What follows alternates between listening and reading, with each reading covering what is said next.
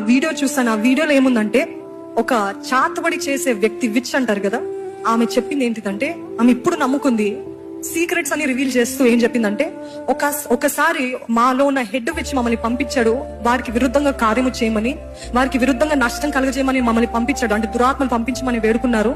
సరే అని పంపించినప్పుడు ఆ దురాత్మలు ఆ ఇంటి దగ్గర నుండి ఆ ఇంటి లోపలికి వెళ్ళలేకపోతున్నాయి. ఎందుకు అని మేము చాలాసేపు అయోమయం అయ్యాము. దాని బయట ఉంటున్నాయి కానీ లోపలికి వెళ్ళలేకపోతున్నాయి.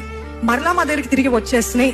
ఏంటి దీనికి అర్థము, ఏమైంది అని చూసినట్లయితే, వారి చుట్టూ అంటే ఏ ఇళ్లలో అయితే వారు ప్రార్థన చేస్తున్నారో, ఆమె చెప్పింది, ఆ దెయ్యాలు చెప్పిన సాక్ష్యం ఏంటిదంటే, ఆ ఇంటి చుట్టూ ఒక బ్లూ కలర్ డోమ్ తెలుసు కదండి, ఓ రౌండ్ కవరింగ్ లాగా ఆ ఇంటి చుట్టూ ఉందంట.